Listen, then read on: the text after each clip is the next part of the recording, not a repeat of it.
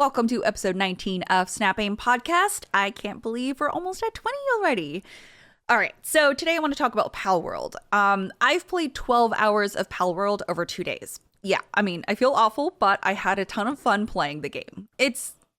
I'm almost upset that the game is so enjoyable. It's really fun. The gameplay loop is great. There's so much to explore and discover that I genuinely feel like I haven't played that much, even though my Xbox app clearly says I've spent half a day playing it.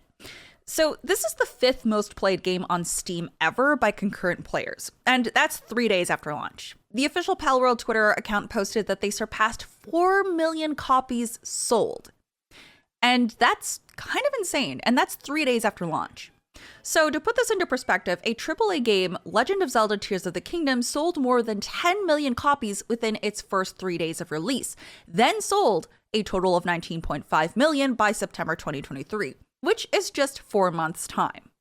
Also, the Cyberpunk 2077 Phantom Liberty DLC only just crossed 5 million copies sold this month after it was released last September.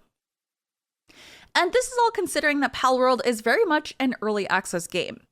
Palworld, created by the Japanese video game developer company Pocket Pair Incorporated, is by all means an indie game. So maybe a AA title if you want to look at the games they've published and created previously.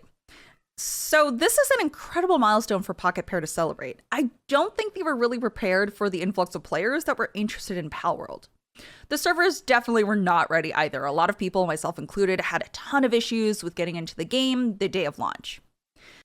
You're probably thinking, okay, Stella, that's great and all, but what did you think of the game? It's not bad. Consider this my mini review, but know that I have a habit to get hyper fixated and get incredibly sucked into a new game and just play for hours without getting up from my chair. It's a really bad problem, and that's what happened this weekend.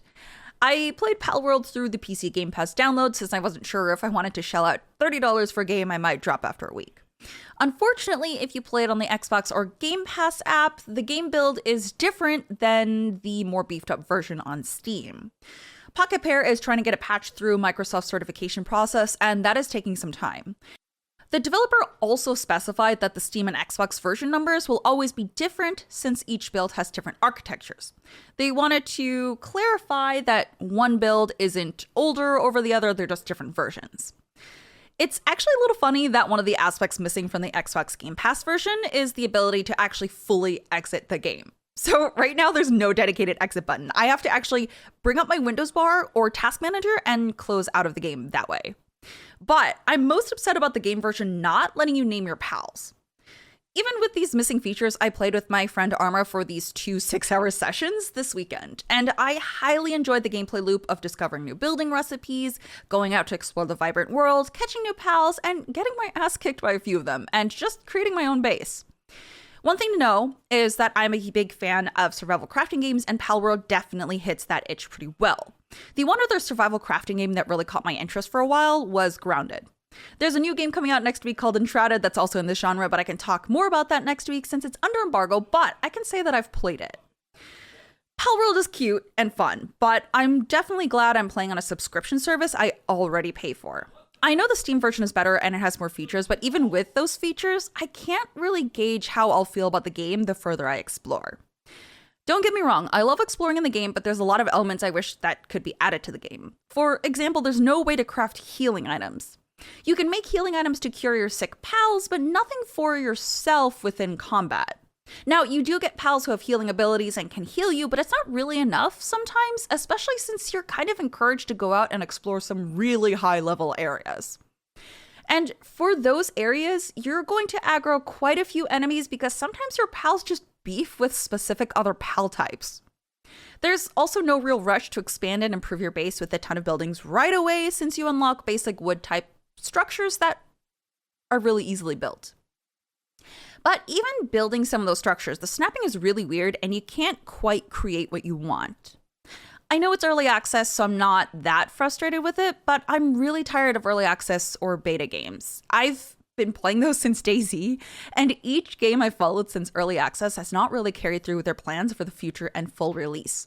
And even if they do, I feel like I've already played the game, so I know what it's like, so I don't want to go back when it's fully released to do the grind all over again. No one wants to rebuild from zero. And to put this into perspective, even DMZ in Modern Warfare is still considered a beta, and that's getting shut down with zero support. Palworld is a fine shut off your brain and just game experience. The pals really do resemble a mix between different Pokemon. The UI and sounds in the game are heavily reminiscent of Breath of the Wild. What's funny is that even though Palworld takes great chunks of aspects from both of these games, it doesn't use the best parts of those games to its advantage. There's no additional benefits to eating certain types of foods, and there's no real reason to unlock new recipes. I love cooking and survival crafting games, and I was pretty disappointed that there's no real benefit to eating, say, fried eggs over baked berries, or even just raw berries. Again, it's all early access, so who knows? All of these additions could definitely come in an update later, but I'm really tired of waiting for games to get good, and I really appreciate full releases, even if it's a shorter experience.